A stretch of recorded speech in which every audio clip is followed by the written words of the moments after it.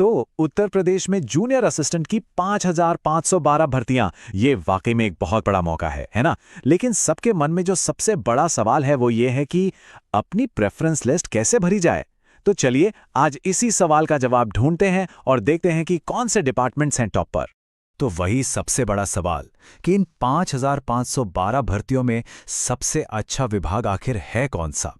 देखिए, ये सिर्फ एक लिस्ट भरने की बात बिल्कुल नहीं है। ये एक ऐसा फैसला है जो आगे चलकर पूरे करियर की दिशा तय कर सकता है। तो चलिए इस पहेली को मिलकर सुलझाते हैं। हमने एक्सपर्ट्स की राय और जो हमारा सोर्स मटेरियल है उसके आधार पर टॉप 8 विभागों की एक रैंकिंग तैयार की है। हम शुरू करेंगे नंबर 8 से और रिवर्स काउंटडाउन करते हुए नंबर 1 तक पहुंचेंगे। इससे ये फैसला लेना काफी आसान हो जाएगा कि किसे चुनें। तो चलिए शुरू करते हैं अपनी गिनती। लिस्ट में 8वें नंबर पर है पंचायती राज डिपार्टमेंट। बिल्कुल, ये हमारी टॉप 8 लिस्ट की एक सॉलिड शुरुआत है। इसमें जमीनी स्तर पर काम करने का मौका मिलता है और करियर भी काफी स्टेबल रहता है। इसीलिए काफी उम्मीदवारों के लिए ये एक अच्छा विकल्प बन जाता है। अच्छा, अब लिस्ट में थोड़ा ऊपर चलते हैं।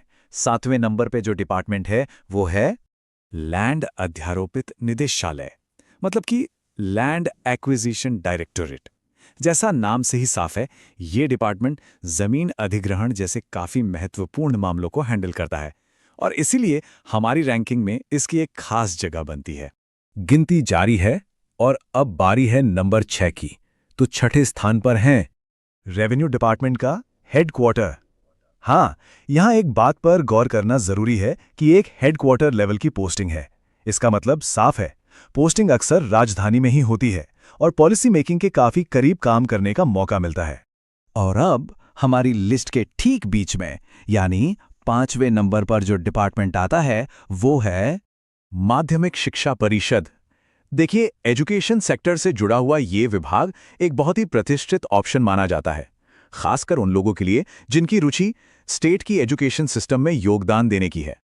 ओके, तो अब हम एंटर कर रहे हैं टॉप 4 में और यहां से कंपटीशन सच में बहुत टफ हो जाता है क्योंकि ये वो डिपार्टमेंट्स हैं जिनकी डिमांड सबसे ज्यादा रहती है।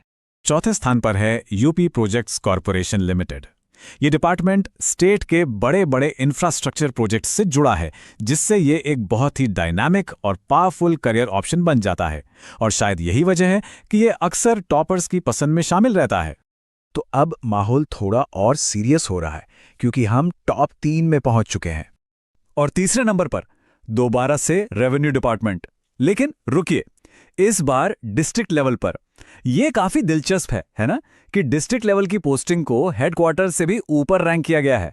ऐसा शायद इसलिए है क्योंकि इसमें सीधे जनता से जुड़ने का मौका मिलता है और लोकल लेवल पर पावर्स भी ज्यादा होती है। यही चीज इसे एक बहुत ही अट्रैक्टिव पोस्ट बना देती है। और अब हम उस मुकाम पर आ गए हैं जहां best of the best departments हैं। ये हैं एलीट टियर के टॉप 2 डिपार्टमेंट्स। तो चलिए अब पर्दा उठाते हैं उन 2 विभागों से जो इस लिस्ट में सबसे ऊपर, सबसे टॉप पर हैं। रनर अप पोजीशन पर यानी दूसरे स्थान पर है एक ऐसा विभाग जिसे लगभग हर कोई जानता है, ट्रांसपोर्ट डिपार्टमेंट यानी कि आरटीओ। हाँ, इसे एक बेहद पावरफुल और प्रतिष्ठित पोस्ट माना जाता है।